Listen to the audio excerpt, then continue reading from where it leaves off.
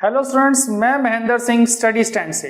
देखिए स्टूडेंट्स, हमारा पिछले वीडियो से लेसन कंटिन्यू है। एनसीईआरटी का लेसन नंबर 9 पर्यावरण एवं धारणीय विकास, और इस चैप्टर के अंदर हम पर्यावरण संकट पर डिस्कस करते हुए चल रहे हैं पिछले 1-2 वीडियो से।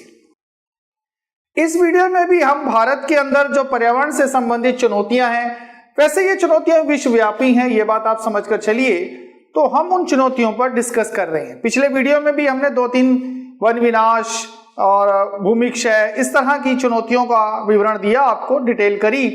आज इस वीडियो में भी हम 1-2 और जैसी मेन संकट हैं पर्यावरण के ऊपर, उन पर हम डिस्कस करेंगे।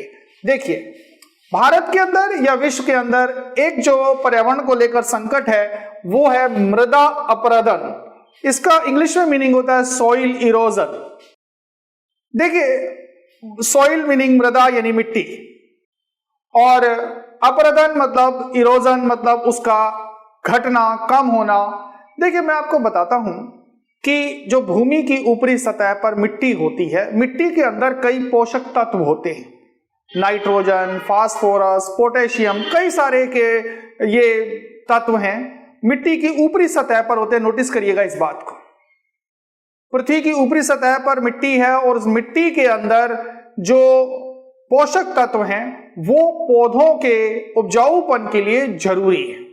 सीधी सी बात कहूं कि मिट्टी के अंदर जितने ऊपरी सतह पर जितने ज्यादा मात्रा में पोषक तत्व होंगे, वहां उस जमीन के ऊपर आप समझिए कि उपज भी ज्यादा होगी, उपजाऊ शक्ति उसकी ज्यादा रहेगी, और पौधों का विकास भी अच्छा होगा, जिसका रिजल्ट जो है हमें आर्थिक रूप से भी फायदा देगा।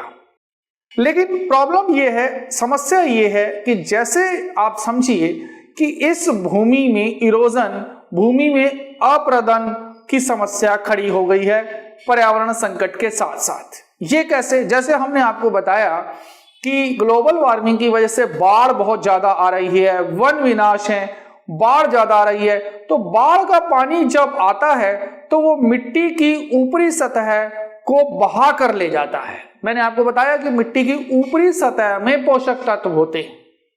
अब बाढ़ आएगी तो बाढ़ का पानी वहां भर जाता है, या बाढ़ बड़ी तेजी से निकलती है तो मिट्टी की पूरी ऊपरी सतह को अपने साथ बहा कर ले जाती है, और उसके साथ साथ ही वहां पर जो उसके मिट्टी के उपजाऊ पोषक तत्व थे वो सारे के सारे साथ में ही बह जाते हैं। तो वो सारी जमीन जहां बाढ़ आती है, वो जगह पूरी की पूरी भूमि की जो सतह है वो खराब हो जाती है, और उसकी उपजाऊ शक्ति भी कमजोर हो जाती है। तो कुल मिला के बात ये है कि जैसे जैसे पर्यावरण संकट आया है, अब इसका एक और है, देखो ग्लोबल वार्मिंग की वजह से जो भी आप कह सकते हो, कई बार आंधियां चलती हैं, तूफान चलते हैं, तेज हवाएं चलती हैं, तो भी काफी मिट्टी उड़ जाती है।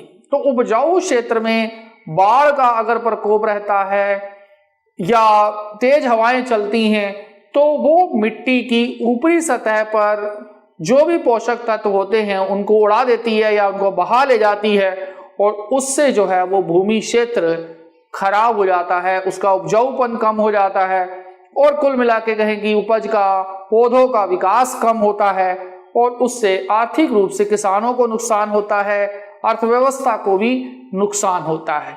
तो हम यही बात बता रहे हैं कि मृदा अपरदन का मीनिंग है कि भूमि की जो ऊपरी सतह पर जो मिट्टी है जिसमें पोषक तत्व होते हैं, पोटेशियम, नाइट्रोजन, फास्फोरस, अगर ये कम हो जाते हैं तो इसका नेम होता है मृदा अपरदन।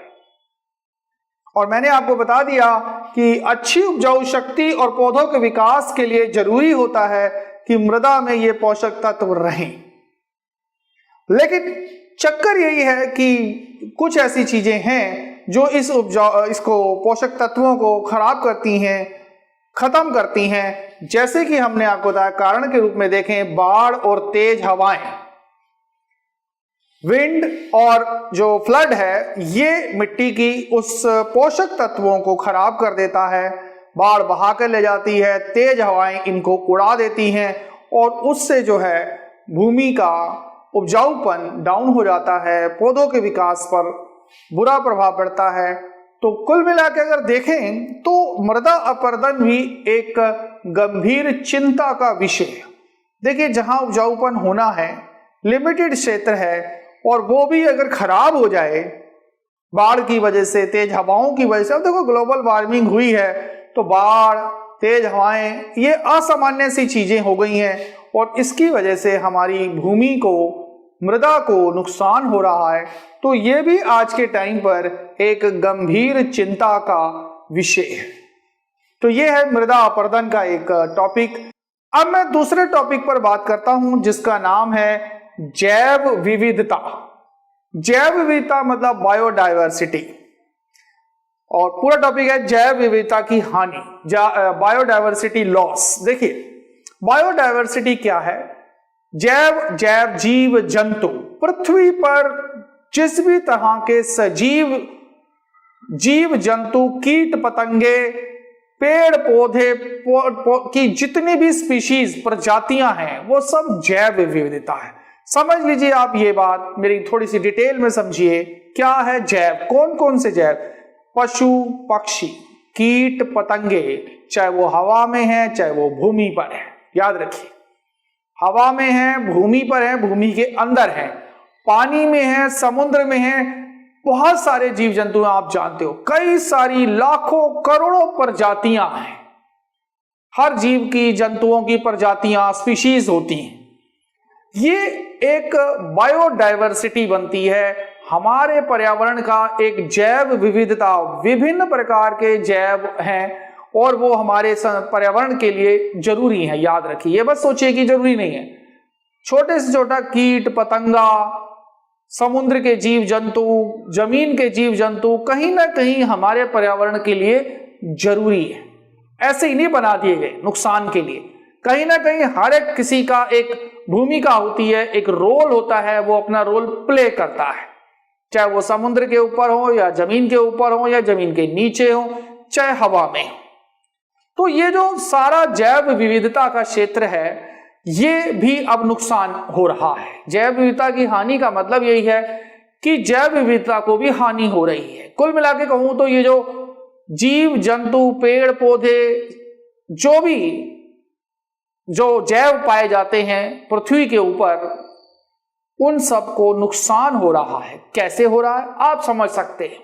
ग्लोबल वार्मिंग है, गर्मी हो गई है, तो कई ऐसे जीव जंतु हैं जो उस टेम्परेचर को सूट ही नहीं कर रहे, खत्म हो गए। हम संसाधनों का अंधाधुंध प्रयोग कर रहे हैं, लकड़ी काटे जा रहे, कई तरह की लकड़ी खत्म हो गई। समुद्र से मछलियां निकाले जा रहे हैं, कई एरिया में मछलियां खत्म हो गई, कई प्रजातियां खत्म, जैसे शार्क है, अब उस पर खतरा आएगी, वो खत्म हो गया। डायनासोर है, वो खत्म ही हो गए। और जंगलों के अंदर मैंने बताया था वनस्पतियां होती हैं, वेजिटेशंस होती, कई सारी जो प्रजातियां हैं, जब वन खत्म तो वो भी खत्म। यही कारण है, देखिए साफ साफ, कि वनों का विनाश होने से वनों में पाई जाने वाली प्रजातियां, कई जीव जंतु वन में रहना पसंद करते, वन खत्म, जीव जंतु खत्म। आप देखते हो भारत में शेर खत्म हो रहे हैं, और कई जीव हैं जो दुर्लभ हो चुके हैं, दिखते भी नहीं है, अब एक एक, दो दो, पांच पांच, 10 ही रह गए हैं। क्यों? क्योंकि वन विनाश हो रहा है, वन ही नहीं है उनका। जानवरों का, जीव जंतुओं का घर जंगल है, जंगल खत्म तो वो कहां रहेंगे, वो भी खत्म। और कई सारे वनस्पतियां खत्म। संसाधनों का हम अंधाधुंध प्रयोग कर रहे हैं, ये बात आप समझिए। संसाधनों का अंधाधुंध प्रयोग होना, अगर खत्म ही करे जाएंगे फिर खत्म हो ही जाएंगे। जो संसाधन प्राकृतिक रूप से हमें मिले हैं, जब हम लगातार अत्यधिक शोषण करेंगे तो खत्म ही हो जाएंगे। बाकी सबसे बड़ा कारण है प्रदूषण। जल, वायु, भूमि, समझिए वायु प्रदूषण हो रहा है, कार्बन डाइऑक्साइड ज्यादा हो रही है, तो वायु में पाए जाने वाले जो छोटे से छोटे जीव हैं, पक्षी भी हैं, यहां तक कि वो मर रहे हैं, खत्म हो रहे हैं। जल में पानी का प्रदूषण हो रहा है, पानी में प्रदूषण हो तो पानी के अंदर जो जीव जंतु हैं, जो छोटे छोटे जीव हैं, वो भी खत्म हो रहे हैं, मर रहे हैं वो। भूमि प्रदूषण हमने आपको बताया, भूमि प्रदूषण हो रहा है तो भूमि पर पाए जाने वाले, भूमि के अंदर पाए जाने वाले जो जीव जंतु, छोटे छोटे जीव हैं पाए जाते हैं, आप मिट्टी में देखिए कीड़े पतंगे कई सारे होते हैं, वो सब खत्म हो रहे हैं। और ये बताइए आपको वैश्विक ताप वृद्धि, तो इन सब कारणों से हमारी जो जैव विविधता, जो इकोसिस्टम के लिए जो हमारे पर्यावरण के लिए बहुत जरूरी हैं उन पर भी बुरा प्रभाव पड़ रहा है। बहुत सारी प्रजातियां खत्म हो गई हैं, बहुत सारी प्रजातियां खत्म होने को है। तो कुल मिला के हम कह सकते हैं कि ग्लोबल वार्मिंग ने, प्रदूषण ने और वन विनाश जैसी चीजों ने हमारे पर्यावरण के अंदर पाई जाने वाली जैव विविधता को बहुत ज्यादा नुकसान किया है। तो ये भी एक चुनौती है कि हम इस जैव विविधता को किस तरह बनाए रखें, रिस्टोर कर सकें। तो ये दो मुख्य चुनौतियां आपको भारत के अंदर देखने को मिलती हैं, विश्व में भी देखने को मिलती हैं। तो स्टूडेंट, हम आपको अब पर्यावरण संकट से जुड़े एक और विषय पर बात करते हैं जो कि स्पेशली भारत से जुड़ा हुआ है। वैसे कई देशों में इस तरह की बात है, लेकिन भारत के बारे में ये एनसीईआरटी का एक क्वेश्चन है। तो एनसीईआरटी में ये क्वेश्चन है और वैसे भी आपको ये बात समझनी चाहिए। क्या है ये बात? वो ये है, आपने पर्यावरण संकट के बारे में पढ़ा जिसमें ये कहा जाता है कि पर्यावरण संकट, संसाधनों का अति प्रयोग हो रहा है, अंधाधुंध प्रयोग हो रहा है, वन विनाश पड़ा, ये सब बातें पढ़ी। पर्यावरण संकट को लेकर भारत में एक बात आती है जिसका नाम है द्विविभाजन की स्थिति है। द्विविभाजन, या आप उसे कह सकते हो, इंग्लिश में कहते हैं डिकोटॉमी, कि भारत का जो पर्यावरण संकट है वो डिकोटॉमी की स्थिति में है। द्विविभाजन, ये क्या, द्विविभाजन का मतलब क्या है? द्विविभाजन ये है कि कई बार लोग कहते हैं कि जो भारत का पर्यावरण संकट है वो गरीबी से प्रेरित है, यानी एक और तो ये गरीबी से प्रेरित है, यानी गरीबों ने भारत में पर्यावरण संकट पैदा किया है। कैसे, अभी हम बात करेंगे। दूसरा, कुछ कहते हैं कि संभ्रांतों यानी कि संपत्ति, आय, धन संपत्ति बढ़ने की वजह से भी पर्यावरण संकट पैदा हुआ है। तो पर्यावरण संकट दो तरफा है। एक तरफ कुछ लोग कहते हैं ये गरीबी से प्रेरित है, दूसरी तरफ लोग कहते हैं कि ये संभ्रांतों से प्रेरित है। ये एनसीईआरटी का आपका एक मुख्य क्वेश्चन है, आपको समझना भी चाहिए। हो सकता है इसके ऊपर कोई पैराग्राफ भी आपको बनकर आ जाए। तो मैं आपसे कहूंगा कि हाँ, ये बिल्कुल सत्य है। आपने थोड़ा बहुत आइडिया लिया था कि गरीब लोग जो हैं, बड़ी गरीबी होती है तो वो जंगल काटते हैं, तो जंगलों का नुकसान करते हैं, उससे पर्यावरण को नुकसान है, प्रदूषण है। तो उसी बात को मैंने इसलिए कहा है कि यह सत्य कथन है कि भारत के अंदर जो पर्यावरण समस्या है वो द्विविभाजन, डिकोटॉमी की तरह से है। कैसे? जैसे अब हम बात करते हैं गरीबी की साइड से। पहला कि गरीबी से प्रेरित है जी। अब कैसे है? देखो, भारत में व्यापक गरीबी है, बड़े पैमाने पर गरीब लोग हैं। 22% गरीबी रेखा से नीचे लोग हैं, इस बुक में हमने आपको बताया। और भी ज्यादा लोग हैं, गांव का क्षेत्र भी बहुत बड़ा है, 70% भारत में गांव है, गांव में ही ज्यादा गरीब रहते हैं। अब गरीब आदमी है, गरीब आदमी को सबसे पहले खाना बनाना है, ऊर्जा की जो आवश्यकताएं हैं उसके लिए वो जंगलों की लकड़ियां काटते हैं, पूरे के पूरे पेड़ काटते हैं, दो पर्पज से। पहला, ऊर्जा की आवश्यकता पूरी करने के लिए, ये लिखा है भारत में बहुत गरीबी है, गरीब ऊर्जा आवश्यकता के लिए वनों की कटाई करते हैं, कुछ लकड़ी बेचने के लिए भी करते हैं, कुछ अपनी घर में खाना बनाने के लिए, ऊर्जा जरूरतों के लिए, कुछ बाजार में बेच भी देते हैं, काट के चलो किसी और को बेच दी। तो लगातार अपनी कमाई के लिए और अपनी ऊर्जा आवश्यकताओं के लिए पेड़ काटे जा रहे, जंगल के जंगल साफ कर दिए उन्होंने। अब जंगल साफ, तो आप समझ सकते हो कि कार्बन डाइऑक्साइड कहां जाएगी। वन विनाश हो रहा है, पानी का बहाव भी कमजोर हो रहा है और इसी वजह से बाढ़ भी आ रही है, तो समस्या।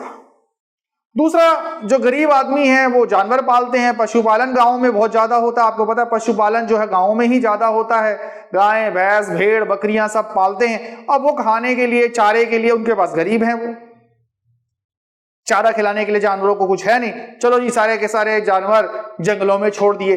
अब चारे के लिए जंगलों को अगर आप जंगलों में छोड़ोगे तो सारा का सारा जंगल खा जाते हैं भेड़, बकरियां, गाय, भैंस। तो आप समझ सकते हैं, कोई हम ये नहीं कह रहे कि उनको चारा नहीं चाहिए, लेकिन उन गरीब है, गरीब आदमी क्या करेगा तो वो अपने चारे के लिए जंगलों में जानवर छोड़ते हैं। दूसरी चीज, जमीन है, कई बार थोड़ी बहुत खेती करने के लिए या रहने वगैरह के लिए जंगल की जमीनों पर अतिक्रमण, कब्जा करते हैं। ये सब हमने आपको वन विनाश में भी बताया। वन विनाश के अंदर भी यही बात बताई थी कि वन विनाश क्यों होते हैं। वन विनाश इसलिए होते हैं कि गरीब आदमी लकड़ी काटता है, रहने के लिए करता है, खेती के लिए करता है। अब इस तरह से कुल मिला के क्या हो रहा है, देश में पर्यावरण संकट पैदा हो रहा है। वायु प्रदूषण हो गया, लकड़ी जलाते हैं वायु प्रदूषण हो गया, सीधा सीधा डायरेक्ट वायु प्रदूषण है ये। दूसरी चीज लकड़ी जो कटती है तो वन विनाश है। वन विनाश की समस्याएं आपको पहले डिस्कस करी आपने, तो वन विनाश है, भूमि का क्षय है, भूमि प्रदूषण भी होता है, समझ कर चलिए। तो कुल मिला के हम कह सकते हैं कि गरीबी की वजह से वायु प्रदूषण, जल प्रदूषण, भूमि क्षय की समस्या उत्पन्न हुई है। तो हम ये भी कह सकते हैं कि भारत के अंदर गरीबी ने भी पर्यावरण संकट को बढ़ाने में अपनी एक महत्वपूर्ण भूमिका निभाई है। लेकिन अगर आप कहो कि आप देखो अब इसका डिकोटॉमी क्या है, दूसरी बात क्या है, सम्राटों या संपत्ति में वृद्धि, अगर देश के अंदर लोगों की आय बढ़ती, अब आपको जी गरीब उत्तरदायी है, तो मैं आपको कहूंगा कि यहां पर ज्यादा आय वाले भी उत्तरदायी हैं। गरीब उत्तरदायी है तो अमीर भी उत्तरदायी है, कि जिनके पास आय बढ़ रही है। देखो देश में जैसे जैसे संपत्तियां बढ़ती हैं, दिमाग से समझिए, संपत्तियां बढ़ती हैं, आय बढ़ती है, कमाई बढ़ती है, लोग जीवन स्तर सुधारने की कोशिश करते हैं। कि अब देखो गरीब आदमी खाली रोटी खाता है, अब आय बढ़ गई, ठीक है जी, पैसा आ गया जीवन स्तर के लिए, अब उन्हें गाड़ी भी चाहिए, अब उन्हें ज्यादा कपड़े चाहिए, अब जो है खाना भी ज्यादा चाहिए, पेट भरने से ज्यादा चाहिए, समझ कर चलिए, वैरायटी चाहिए, ठीक है जी, गाड़ियां चाहिए, कपड़ा चाहिए, रहने के लिए मकान चाहिए, मकान एक मंजिला नहीं 10-10 मंजिला मकान बन रहे हैं, आप देख रहे हो। तो इससे क्या होता है कि संसाधनों की मांग बढ़ जाती है, वस्तुओं और सेवाओं की मांग बढ़ती है, और होता फिर उससे क्या है, औद्योगिकरण को बढ़ावा मिलता है। ज्यादा मात्रा में उद्योग लगेंगे तो वायु प्रदूषण, जल प्रदूषण की समस्या पैदा होगी, गाड़ियां भी बढ़ेंगी, गाड़ियां भी चाहिए हर एक को। तो मैं आपको एक स्टोरी लाइन में बताता हूं बड़ी इजी से, कि संपत्ति और आय की वृद्धि जीवन स्तर में वृद्धि को प्रेरित करेगी, जिससे वस्तुओं सेवाओं की मांग बढ़ेगी, और उस मांग को पूरा करने के लिए होगा क्या, जरूरत से ज्यादा मांग, यानी संसाधनों का अति प्रयोग, अंधाधुंध प्रयोग। अब संसाधन तो आपने पढ़ा लिमिटेड बनते हैं, यहां प्रयोग अत्यधिक हो रहा है, तो संसाधन तो खत्म होने ही को आ रहे हैं, इसीलिए आ रहे हैं। फिर मांग बढ़ रही है, औद्योगिकरण हो रहा है, वाहनों में वृद्धि हो रही है, और उससे हो रहा है प्रदूषण में वृद्धि, और कुल मिला के रिजल्ट आता है पर्यावरण संकट। तो मैं आपसे ये कहूंगा कि भारत का जो पर्यावरण संकट है वो द्विभाजन, डिकोटॉमी है। एक तरफ वो गरीबी से है, दूसरी तरफ वो अमीरी से भी है। आप कहिए कि पैसा आता है, संपत्तियां आती हैं, तो वो भी मांग बढ़ाती हैं, संसाधनों को अति शोषण की तरफ प्रेरित करती हैं, मांग बढ़ाती हैं, और प्रदूषण बढ़ता है। हर तरह का प्रदूषण गरीबी से भी बढ़ रहा है और संपत्तियों से भी बढ़ रहा है। इसलिए कहा जाता है कि भारत का पर्यावरण संकट का द्विभाजन है, ये एक सत्य कथन है। तो ये है भारत की पर्यावरण संकट, किस किस तरह के भारत में पर्यावरण संकट है ये हमने आपको बताया, द्विभाजन है ये भी हमने आपको बताया। तो इस वीडियो में हमने आपको ये सारा कुछ पर्यावरण संकट का बता दिया है।